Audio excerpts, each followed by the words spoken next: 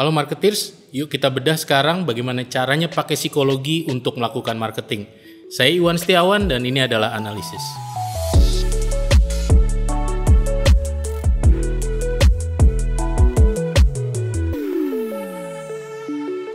Menurut saya saatnya marketing untuk kembali ke dasar-dasar ilmu psikologi. Ada beberapa alasan. Yang pertama, attention span atau kapasitas manusia untuk bisa mencerna informasi saat ini sangat terbatas. Attention span manusia secara rata-rata hanya 8 detik. Jadi bayangkan begitu banyak informasi yang didapat setiap harinya, kita hanya bisa menangkap selama 8 detik. Sehingga kita harus membuat keputusan-keputusan cepat.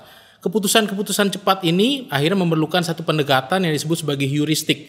Yang dikenal di ilmu psikologi adalah shortcut atau jalan pintas yang kita ambil untuk memutuskan segala sesuatu dengan cepat. Inilah yang bisa dimanfaatkan oleh orang marketing untuk bisa mempengaruhi mereka. Saya ingin memperkenalkan konsep nudge. Nudge ini adalah dorongan-dorongan kecil yang kita buat sebagai orang marketing untuk mempengaruhi pelanggan-pelanggan kita memutuskan secara cepat dan sesuai dengan harapan kita. Ada 2 contoh yang bisa saya sharing sebagai gambaran apa itu nudge. Misalnya, apakah Anda pernah melihat di toilet pria ada gambar lalat di urinoir? Ini adalah contoh bagaimana kita mencoba mempengaruhi pria ketika buang air kecil mengarahkan ke arah lalat tersebut sehingga tidak berantakan. Ini adalah contoh environmental cues atau clue-clue yang kita berikan di environment supaya orang bisa melakukan keputusan yang tepat dan melakukan aktivitas yang kita inginkan. Contoh lain adalah selama pandemi, Anda sering melihat ada garis-garis atau marka-marka yang biasa ditempel di jalur antrian. Ini membuat orang berdiri persis di depan garis tersebut sehingga menciptakan physical distancing atau jarak aman dengan orang di depan dan belakang mereka. 2 contoh ini adalah contoh nudge. Saya ingin mendalami dengan sharing 5 teknik psikologi yang bentuknya nudge yang bisa digunakan secara taktis dan sederhana dalam bisnis Anda. Yang pertama adalah yang sering disebut sebagai social proof. Orang biasanya cenderung untuk mengikuti apa yang dilakukan oleh orang banyak. Ini bisa dilihat dari contoh yang sederhana di mana orang ketika ada 2 restoran, yang pertama banyak antriannya, yang kedua sepi, tentunya banyak orang yang memilih yang banyak antriannya. Meskipun mereka harus menunggu lama untuk ngantri, mereka tidak akan mungkin memilih yang sepi. Landasan berpikirnya adalah tidak mungkin orang banyak ini keliru memilih restoran, sehingga saya akan percaya kepada pilihan orang banyak. Ini adalah contoh social proof. Contoh lain memanfaatkan social proof adalah misalnya Gojek yang di dalam websitenya menampilkan mereka sudah punya 190 juta jumlah yang mendownload aplikasi mereka, 2 juta mitra driver yang sudah bergabung, 900 ribu mitra GoFood, dan bahkan 2.000-an kali lebih lipat kenaikan pengunduhan aplikasi Gojek. Ini adalah contoh bagaimana mereka ingin menampilkan kepada banyak orang bahwa Gojek ini sudah populer digunakan oleh banyak orang. Contoh lain adalah SRC. Anda sering melihat mungkin banner merah dengan tulisan SRC terpampang di depan warung-warung. Ini adalah inisiatif dari SRC untuk memodernisasi warung-warung yang sifatnya tradisional. Dan kalau Anda lihat SRC banner di mana-mana, Anda akan percaya bahwa sebetulnya aktivitas atau program ini sangat sukses. Sehingga warung-warung yang lain yang mungkin saat ini sedang mikir-mikir apakah mau bergabung atau tidak di SRC akan cenderung memilih untuk bergabung karena mereka melihat sudah banyak warung lain yang juga terlibat dalam program ini. Atau misalnya kalau kita melihat sebuah review dari sebuah restoran atau kafe, misalnya Pisang Goreng Bu Nani, kita melihat bahwa ada review yang sangat tinggi dengan jumlah orang ribuan yang sudah mereview. Kita kan berpikir bahwa apabila ratingnya setinggi ini dengan banyaknya orang yang memilih rating tersebut, sudah pasti tempat ini menghasilkan makanan yang enak. Ini adalah contoh social proof. Teknik kedua adalah loss aversion. Orang cenderung untuk lebih takut kehilangan sesuatu daripada keinginan mereka untuk mendapatkan sesuatu. Pain lebih penting daripada gain. Mereka lebih takut kehilangan daripada mendapatkan sesuatu yang lebih. Contoh paling sederhana dari loss aversion adalah flash sale. Orang ketakutan untuk kehilangan momentum mendapatkan diskon yang besar-besaran sehingga buru-buru untuk segera bertransaksi. Contoh lain adalah iklan asuransi yang cenderung menampilkan resiko-resiko yang bisa Anda alami apabila Anda tidak memiliki asuransi. Ini akan membuat Anda jadi lebih takut untuk kehilangan orang-orang yang Anda kasihi dan beserta resiko-resiko yang terjadi setelah itu. Atau misalnya di properti ada istilah yang sangat terkenal, Senin harga naik, sehingga orang buru-buru untuk segera melakukan booking di hari tersebut untuk mendapatkan harga khusus. Atau 2 contoh lain seperti test drive dan juga free trial atau free sampling yang biasa digunakan untuk mengiming-imingi pelanggan. pelanggan ketika sudah merasakan mobilnya melalui test drive atau sudah mencoba makanannya melalui free sampling, mereka cenderung untuk enggan melepas kembali apa yang mereka sudah dapatkan. Mereka takut kehilangan pengalaman itu, sehingga kecenderungannya lebih tinggi untuk membeli mobil, kecenderungannya lebih tinggi untuk membeli produk makanan itu kembali. Teknik yang ketiga adalah teknik yang disebut sebagai anchoring.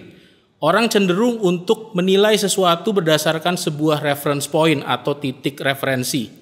Jadi misalnya kita membuat sebuah sale, biasanya ada harga misalnya 500.000, kemudian kita coret dan kita tulis 100.000. Sehingga ada kecenderungan orang untuk melihat bahwa ini diskonnya sangat dalam. Dari 500.000 yang seharusnya saya bayarkan, saya cuma perlu membayarkan kira-kira 1/5-nya saja.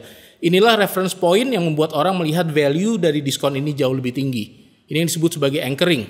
Contoh lain adalah ketika kita bernegosiasi. Ketika seorang penjual ingin menjual kepada Anda dan kita bisa tawar-menawar dengan penjual tersebut, biasanya mereka pasang harga tinggi duluan. Ini yang disebut sebagai anchor atau jangkar. Sehingga kita ketika menawar pun akan sungkan untuk menawar jauh lebih rendah daripada harga jangkar tersebut. Inilah yang disebut sebagai reference point atau anchor. Atau contoh yang populer adalah bentuk-bentuk cup dari Starbucks. Kita tahu ada berbagai macam ukuran. 3 yang paling terkenal adalah tall, grande, dan venti. Tapi juga ada di bawahnya tall, ada yang namanya short. Dan kalau kita lihat sebenarnya ini menciptakan sebuah anchoring. Kita diharapkan melihat bahwa saya cuma perlu menambah sekitar Rp4.000, Rp5.000 atau Rp6.000 untuk top up ke size yang lebih besar. Sehingga lebih banyak orang yang akhirnya memilih untuk menggunakan cup yang lebih besar dan menciptakan revenue yang lebih tinggi untuk Starbucks. Contoh lain adalah misalnya ketika Anda membuat sebuah program diskon dan Anda membuat batasan-batasan tertentu. Misalnya Anda bilang, setiap pelanggan hanya bisa membeli maksimal 12 produk, nggak boleh lebih. Maka kecenderungannya orang akan memilih lebih banyak produk yang mereka beli. Mungkin mereka tadinya hanya ingin membeli 3 can saja atau 3 kaleng saja, tapi ketika lihat dibatasi sampai 12, mungkin saja mereka membeli sampai 12 can. Dan inilah yang disebut sebagai anchoring. Kita memberikan reference point, seharusnya Anda beli berapa banyak sih ketika Anda membeli produk ini. Teknik yang keempat adalah teknik framing. Satu produk yang sama bisa dikomunikasikan dengan 2 gaya yang berbeda, menciptakan satu influence yang berbeda. Orang biasanya terpengaruh bagaimana caranya kita mempresent sebuah produk atau informasi. Misalnya cendol saja. Kalau Anda taruh cendol itu di dalam gelas plastik, Anda kasih sedotan plastik yang murah, maka akan terkenal bahwa cendol ini adalah cendol yang sangat affordable. Tetapi ketika Anda taruh di gelas yang sangat fancy, Anda berikan topping, Anda berikan berbagai dekorasi, maka akan terkesan bahwa ini adalah fancy cendol. Dan Anda akan bisa mencas harga mungkin 2 kali lipat, 3 kali lipat, sampai 5 kali lipat. Bagaimana cara kita mempresent atau bagaimana kita cara menyajikan sebuah produk yang sebetulnya sama, itu akan menciptakan frame yang berbeda. Inilah teknik yang disebut sebagai framing. Contoh lain adalah contoh mesin portable USG yang biasa digunakan untuk melakukan USG di China. Mesin ini ketika dijual di China, itu biasanya dijual sebagai mesin USG yang sangat murah, sehingga bisa digunakan oleh rumah sakit kecil atau klinik-klinik kecil. Tetapi ketika dijual di Eropa dan di Amerika, mesin yang sama ini di frame secara berbeda, dibilang sebagai mesin yang portable, bukan affordable tapi portable, sehingga penggunaannya bukan lagi di rumah sakit atau klinik, tapi penggunaannya di ambulans. Inilah yang disebut sebagai teknik framing. Contoh lain adalah sebuah produk makanan. Misalnya kita tulis sebagai low calorie. Maka yang biasanya tertarik untuk menggunakan atau memanfaatkan produk ini adalah orang-orang yang sedang diet, yang sedang ingin mengurangi kalori intake mereka. Tetapi apabila kita tulis di kemasan protein bar, maka yang akan tertarik membeli produk ini adalah orang yang sedang ingin memperbesar massa otot mereka. Jadi bayangkan produk yang sama, yang mungkin low calorie dan juga high protein, bisa dikomunikasikan secara berbeda, menciptakan frame yang berbeda, dan menarik 2 segmen yang berbeda. Contoh lain adalah sebuah produk yogurt yang misalnya satu ditulis 99% fat free, sedangkan yang satu lagi 1% fat. Sebenarnya produknya sama, karena cuma bilang bahwa yang satu 99% fat free, yang satu 1% fat. Tetapi kalau ketika Anda lihat hasil penjualannya, lebih banyak yang memilih yogurt yang 99% fat free. Karena secara framing jauh lebih menguntungkan. Anda lebih suka sesuatu yang lebih fat free ketimbang yang ada fatnya meskipun cuma 1%. Teknik terakhir yang kelima adalah komitmen. Orang biasanya lebih ingin melakukan action ketika mereka sudah terlanjur komit sebelumnya. Contoh yang paling umum adalah loyalty card. Apabila Anda sudah memiliki loyalty card sebuah supermarket atau retailer yang lain, Anda cenderung akan lebih sering ke sana.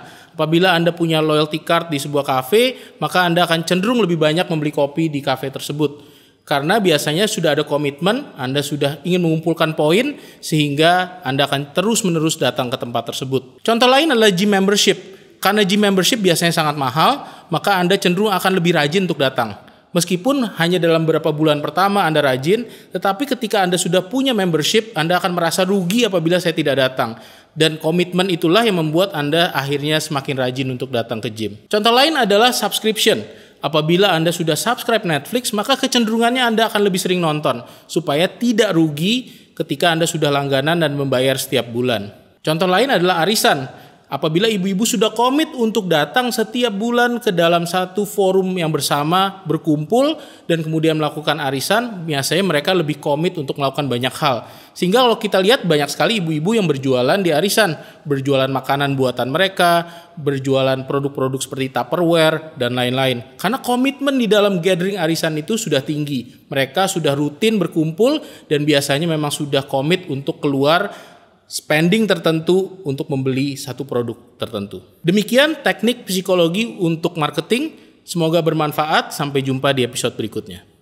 Apabila Anda belajar banyak dari analisis, tolong subscribe, like, dan share konten yang kami create ini. Dan apabila ada pertanyaan yang ingin saya bahas di analisis, silakan tanyakan di kolom komentar.